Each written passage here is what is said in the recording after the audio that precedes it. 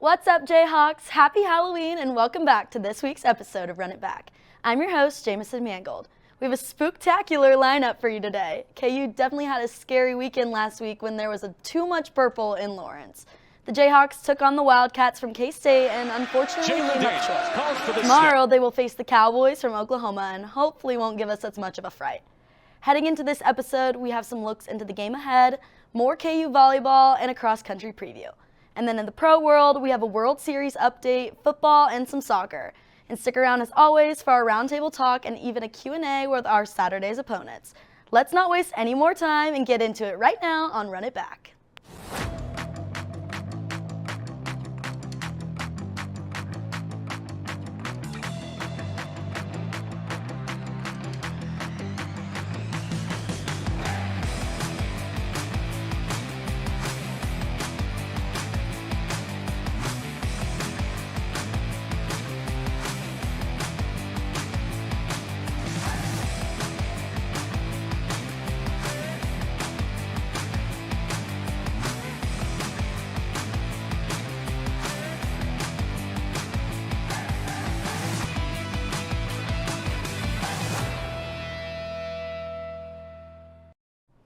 It's officially KU Athletics' time to shine as highly anticipated KU basketball season is officially taking to the courts.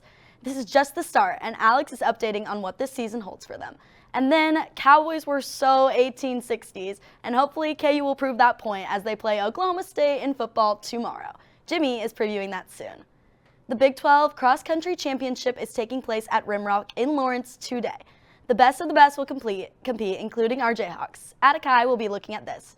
Finally, Mia got a close-up look at the KU Volleyball's Sunflower Showdown last week, when purple not only consumed the booth, but Allen Fieldhouse too. Before that, let's head to you, Alex. Thanks, Jamison, for the spooky introduction. Happy Halloween, Jayhawks! This week is definitely full of tricks and treats. One treat being men's basketball back in Allen Fieldhouse, where they dominated Fort Hays State in a 17-35 game. Kansas started strong, fueled by Elmarco Jackson's energy early on. Jackson set up Bryson Tiller for a dunk that pushed the Jayhawks into double digits, and not long after, Melvin Council Jr. connected with Flory for another throwdown, giving KU a 17-10 advantage. As Kansas led the game, they went into half 33-16, with Kansas having 9 different players score in the first half. Forget about ghosts and goblins, KU's offense in the first half was the scariest thing this Halloween. Kansas went in fast with Trey White nailing threes. With 9:04 left in the game, Tiller threw down a dunk after a Jaden Dawson steal to put Kansas up 53-29. After that, the Jayhawks finished the game with a win, with Kansas shooting 47.4% and Council leading the game with 16 points. Talk about a scary good first home opener. To start the regular season, Kansas will host Green Bay on Monday, followed by an intense blue blood game at North Carolina on Friday. This exciting week isn't over as Jimmy gives us everything we need to know before Kansas football plays tomorrow. Thank you, Jamison. It's homecoming weekend in Lawrence, and the Jayhawks are looking to bounce back in a big way. Kansas football returns to David Booth Memorial Stadium this Saturday to take on Oklahoma State. Last week was one to forget for the Jayhawks. They were handed a 42-17 loss by the in-state rival Kansas State in the Sunflower Showdown. After a promising start, KU's offense stalled, managing just 3 points in the entire second half. The defense also struggled to contain K-State quarterback Avery Johnson, who threw for over 230 yards and 2 touchdowns. The loss dropped Kansas to 4-4 on the season and 2-3 in Big 12 play. Head coach Lance Leipold said this week's focus has been all about execution, energy, and discipline. 3 things that will be crucial if Kansas wants to turn things around. The Jayhawks will need their running game to get going early and hope for more consistency at quarterback after a quiet second half last weekend. Meanwhile, Oklahoma State is also coming off a rough outing. The Cowboys were shut out 42-0 by Texas Tech, one of their worst losses in recent memory. Now 1-7 on the year, they're arriving in Lawrence desperate to right the ship and spoil KU's homecoming.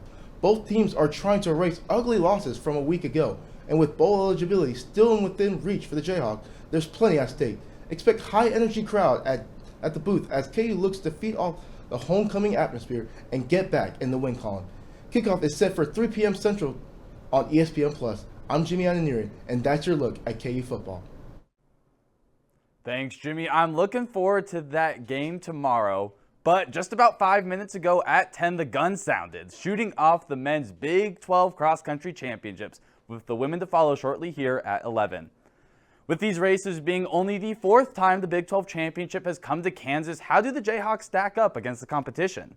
Both the men and the women are coming off their fewest races in the regular season since 2020. But will that help or harm their 7th and 8th place finishes from a year ago? Last year, BYU took the men's Big 12 title and national championship, edging out their competition with the most well-rounded top 5. However, they have an uphill battle if they want to defend their title, as 3 other Big 12 teams are ranked ahead of them in the latest poll. First of those teams is the top-ranked program in the country, Iowa State. While BYU had the best 5 of the meet last year, it was Iowa State who had the best 8. So with all the seniors who graduated, the Cyclones had the easiest transition for this year. They retained 5 of the top 15 non-seniors from last year's championship. Rounding out the Big 3 in the Big 12 is Oklahoma State, last year's Big 12 runner-ups and national champions from 2023.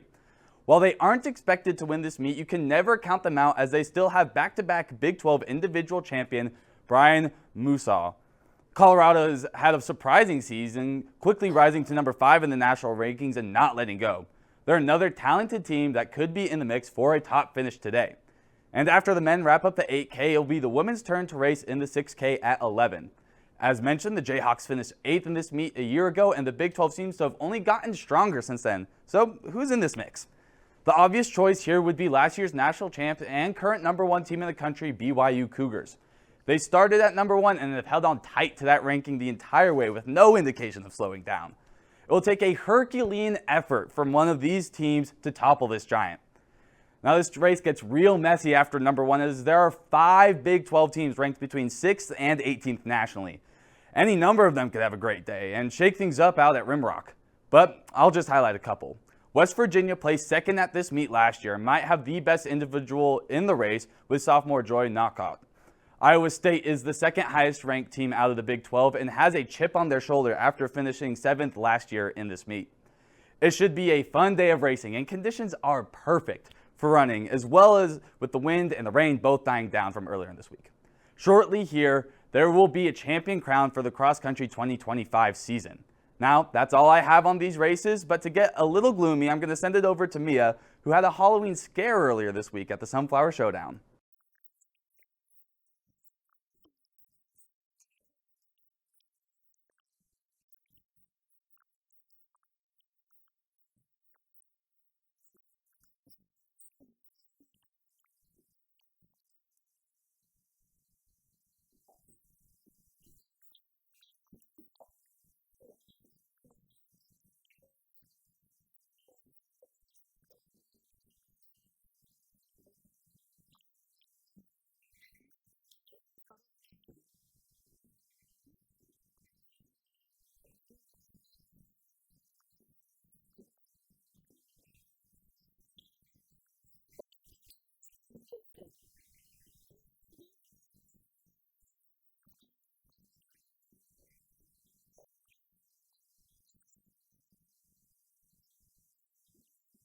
Coming off a 5-game win streak, the Hawks had all the momentum to come into the game with the upper hand, with Zelenovic starting the first set off strong with 4 kills to take the set 25-14.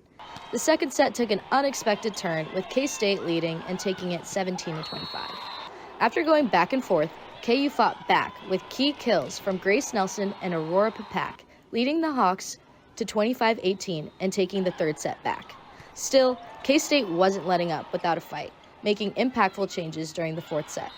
The Wildcats pushed for a 5th set after challenging our defense and ultimately took the 5th set 8-15 Kansas State.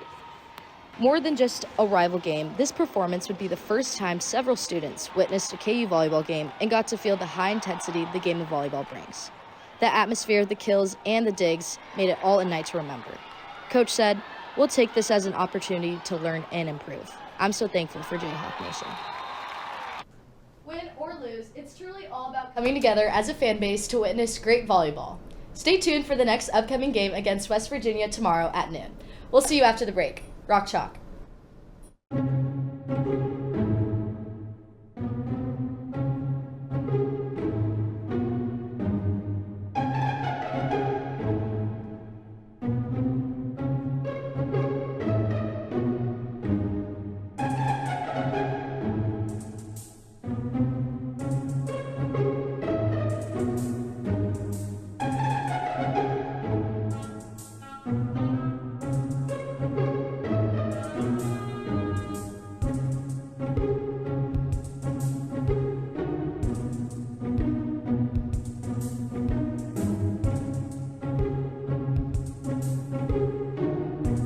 3 days later.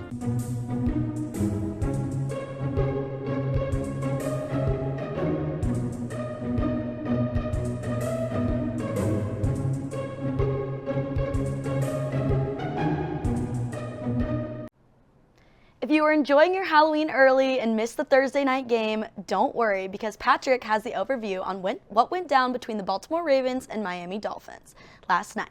And the last World Series game is tomorrow night to decide who will win it all. Will the Dodgers be the first team to win back-to-back since 2000? Tyler is looking into that soon.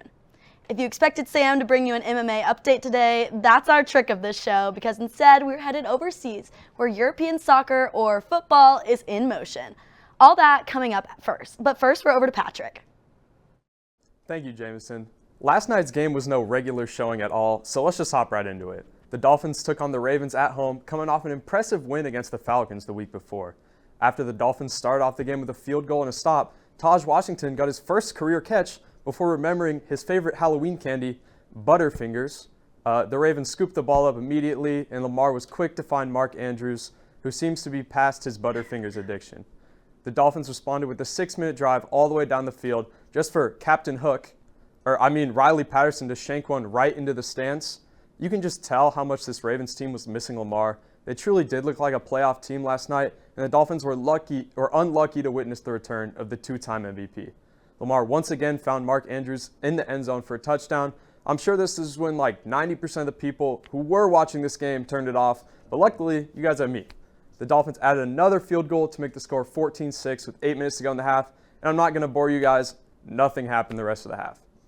The Ravens got the ball out of halftime, and Lamar was looking really comfortable out there. Only had 5 incompletions on the night, and of course he had to find the Kohler bear, Charlie Kohler, in the end zone for yet another touchdown. The Dolphins followed it up with a punt. Lamar, of course, had to get his 4th touchdown of the night, finding Rashad Bateman wide open in the end zone to make it 28-6. The Dolphins followed it up with a punt. Nothing of note really happened from that point on, but I did want to pay respects to my favorite costume of the night. Tua Tagovailoa really does make a good Stevie Wonder because he clearly had no idea where this ball was going. The Ravens won the game 28-6, improving to 3-5 in search of their playoff spot back. The Dolphins just need to blow up this team completely. I wouldn't be surprised if some of their big names are moved around the trade deadline. Thanks, Patrick, for that Thursday night football recap. Good evening and happy Halloween, baseball fans. Tonight's World Series showdown is shaping up to be a spooktacular. The Los Angeles Dodgers and Toronto Blue Jays are back under the October moon for Game 6 of the 2025 Fall Classic. And trust me, there's nothing scarier than facing elimination on Halloween night. Toronto leads 3-2 after a frightening strong Game 5 performance. The Blue Jays came out swinging like bats out of, the Batcave. On the very first pitch of the game, Davis Snyder launched a home run off of Blake Snell, and then Vladimir Guerrero Jr. followed with another blast right after. That's right, back-to-back home runs to open the game. A World Series first. Talk about a horror show for Dodgers fans. Rookie Trey Savage then cast a spell of dominance on the mound, 7 innings, 3 hits, and a record-setting 12 strikeouts. His fastball and slider combined looked even scarier. The Dodgers' bats looked like they've seen a ghost. So what needs to happen in Game 6 for the Dodgers to rise from the dead? They'll turn to Yamamoto, who threw a complete game gem back in Game 2. He'll need another monster performance tonight to keep LA's title hopes alive. The offense has to wake up from its coffin. Just 4 runs in the last 29 innings isn't going to cut it.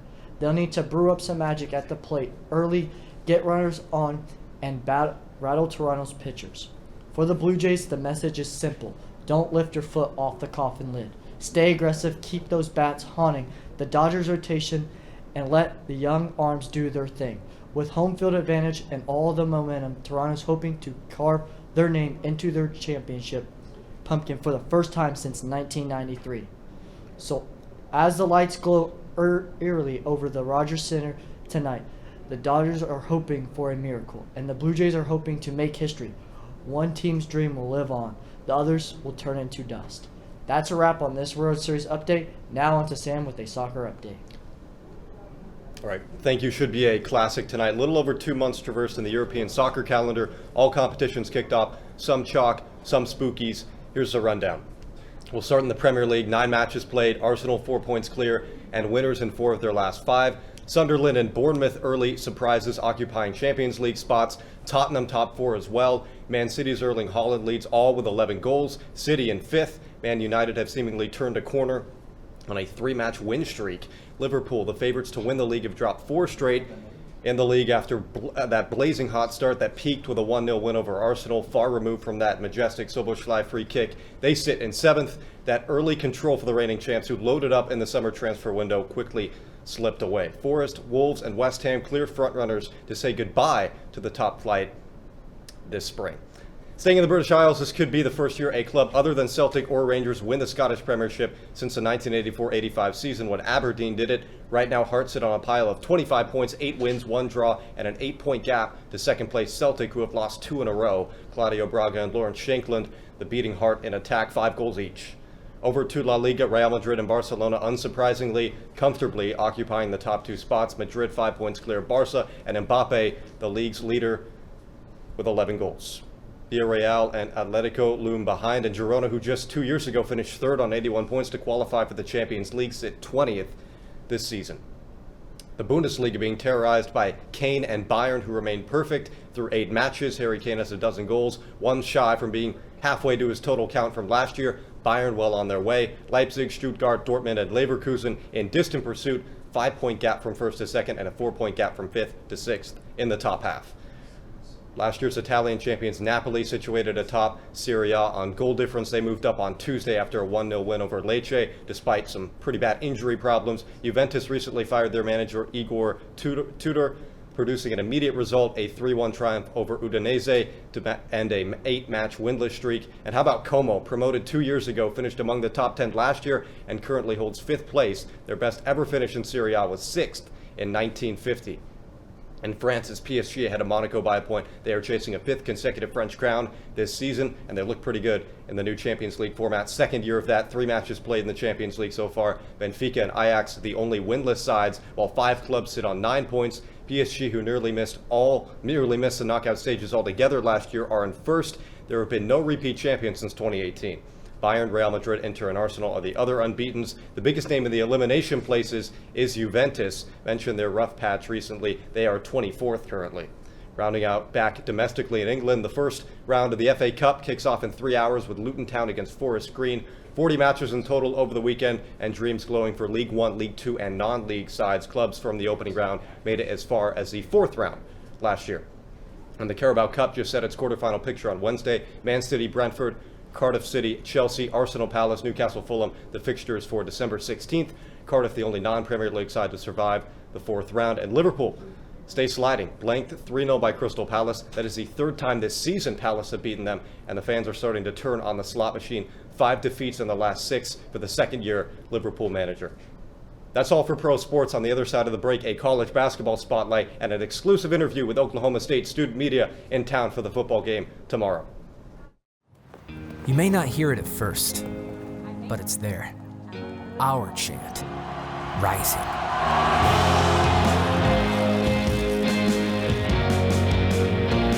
On this summit, callings converge, voices unify into a chorus that sounds out for good, for greatness. Can you hear it? To wrap up this episode, we are here for a few more treats lined up. Starting with the infamous round table today, they're headed back to the courts for some college basketball talk.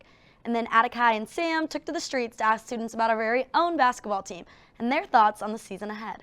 Finally, we don't just have Jayhawks in the studio today. Stick around to meet our special guests all the way from Oklahoma. Let's head to the round table now. Thanks, Jameson. College hoops are finally upon us. The Jayhawks and many other teams across the nation are looking to play their first games in the coming week. I'm Caden, joined by Emil and Jimmy, giving our takes and predictions on what should be another great season. Starting with our hometown Jayhawks, we got a lot of new faces and a season that can go a lot of different ways depending on how fast this group can gel. Jimmy, who do you see as a breakout, and where does our season end? I think a breakout player, everybody was saying Council. I feel like that's pretty too obvious, but I'm going to go with Bryson Tiller. I really like the way he played in that last exhibition game on Tuesday, and I think maybe White's really good, but I think he could really pop if he puts in the starting lineup. Yeah, I agree with Jimmy. I also got Bryson Tiller. He was originally in the class of 2026, but he went into the class of 2025. I think he's going to be the glue guy that he's been missing for the past 3 years. By him, I mean Bill Self. Yeah, I think, Darren Peterson is going to be they're going to go as Darren Peterson goes for this team, obviously. But I think as a spark plug, El Marco Jackson, it was a shot. Life's a little too bright for him, his freshman year, I think, came in as a 5-star.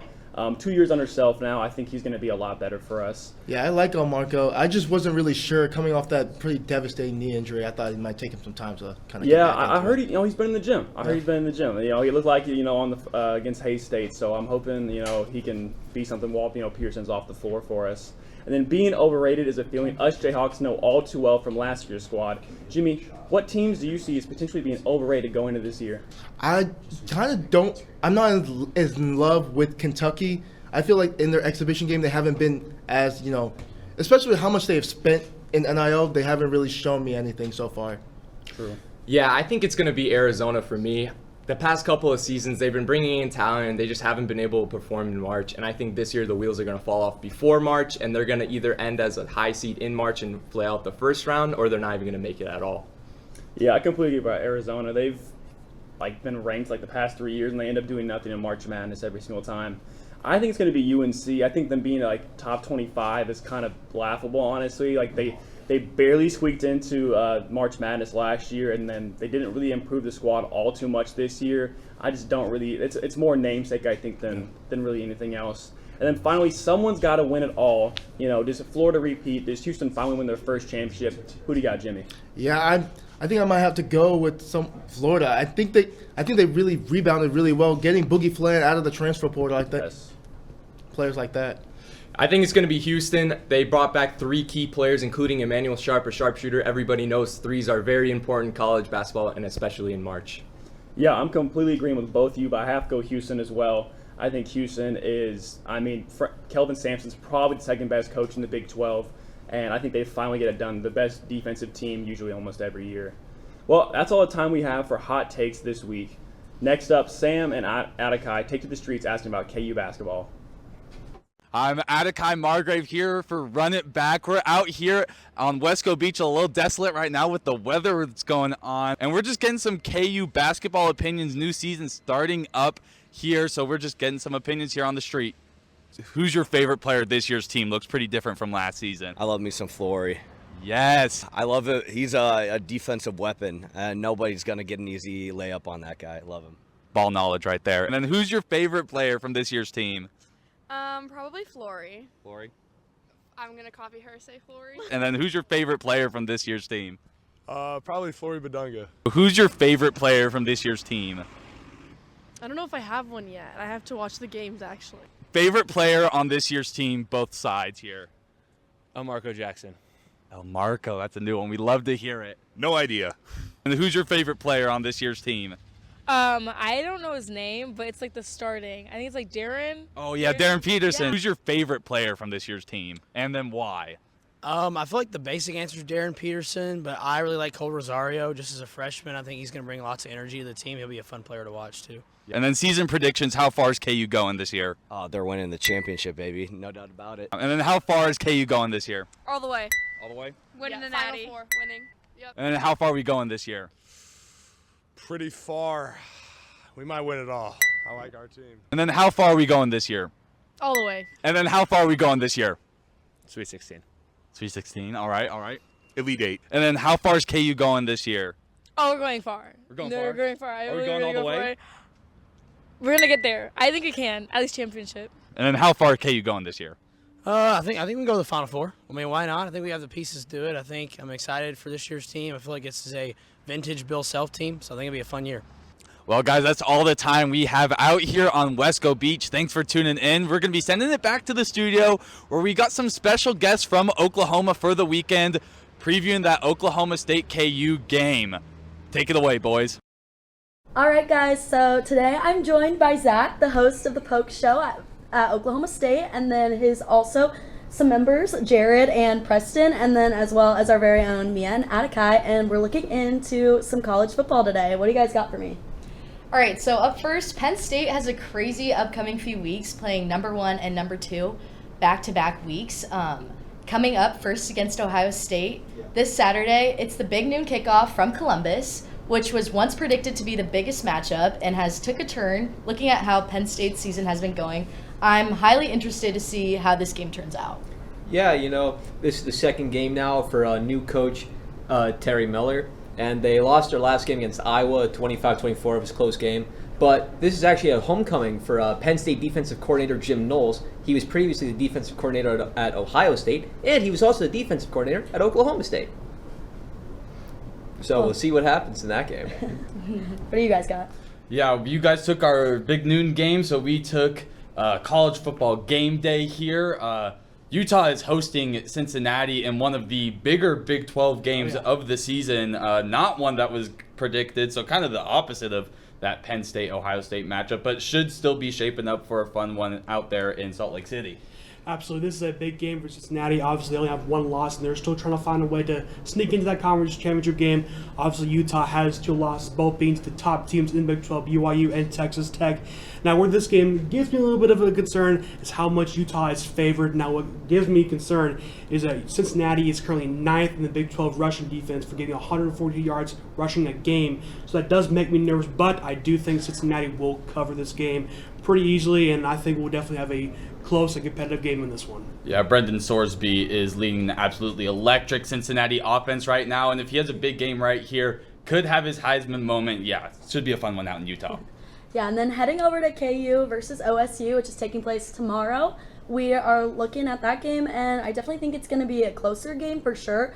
Both teams are coming off of a loss last week, but I think KU's going to ultimately come out on top. OSU hasn't won an FBS game since the beginning of last year, and they haven't won a conference game since 2023. And their season's looking at 1-7 this year. What are your thoughts? Yeah, it's pretty rough for sure. I mean, you fired Coach Gundy, interim coaches, guys entering the portal, definitely hasn't been good. But I think I agree with you. It will be a little closer than we think. It's y'all's homecoming. Our interim defensive coordinator, Clint Bowen, also a homecoming from him. He was the head coach here at KU for a little bit. So Rodney Fields on the ground, Zane Flores coming back. It should be pretty interesting, but I think KU's still probably going to take care of business on their home turf. Of course. Yeah, if we score 14 points, it's a victory. So We'll take it. Pretty much. Well, Jayhawks, that's all we have lined up for this week's episode. It's been a real treat. We'll see you tomorrow when KU plays Oklahoma. Make sure to keep checking out our volleyball, soccer, and basketball teams. We'll be back next week to kick off November and what's ahead for our teams. As always, we're live 10 a.m. on Fridays and 2:30 on Mondays, so don't miss us. Playmakers will be live right after us at 12 p.m. for more KU and pro sports content. It's been real fun, keeping it real with you all. Happy Halloween, and we'll see you next time on Run It Back.